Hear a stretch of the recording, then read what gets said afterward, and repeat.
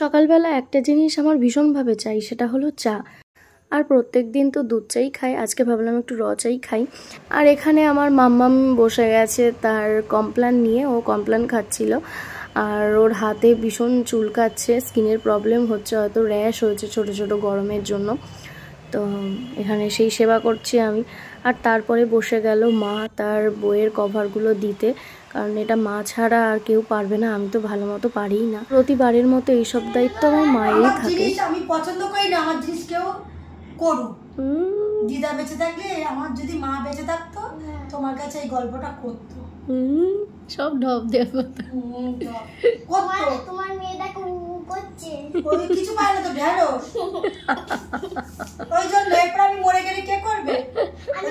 তাই তুমি শিখে নাও কিভাবে আমি করছি, শিখে নাও তুমি, বুঝতে পারছো? কিভাবে করছি শিখে নাও, তোমার কপালে দুঃখ আছে না রে।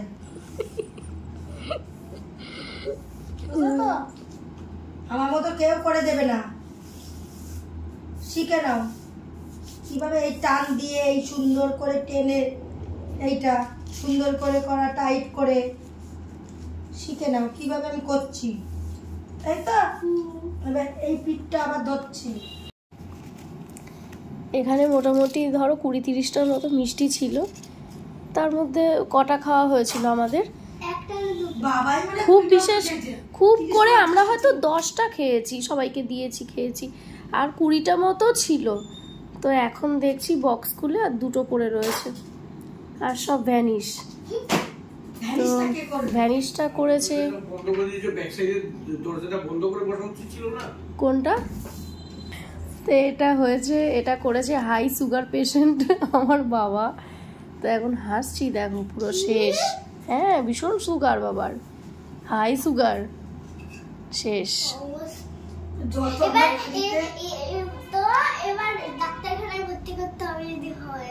তাই দেখো অবস্থা দেখো, তাই আমি জলদি 2খানা আনলাম খাবো বলে।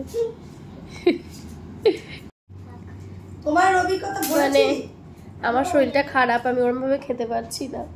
তা আমার না রেখে রেখে খাওয়ার অভ্যাস, আর আমার দাদা এরকম খেত, নিয়ে পর ঢুকিয়ে নেবে খাবে। তো এই দেখে আমি মাথায় হাত, মা সকালে বলছিল, ঘুম চোখে শুনেছি আমি যে মিষ্টি নেই মিষ্টি নেই, সত্যিই যে 2টো পড়ে রয়েছে অতগুলোর থেকে, আজব কাণ্ড।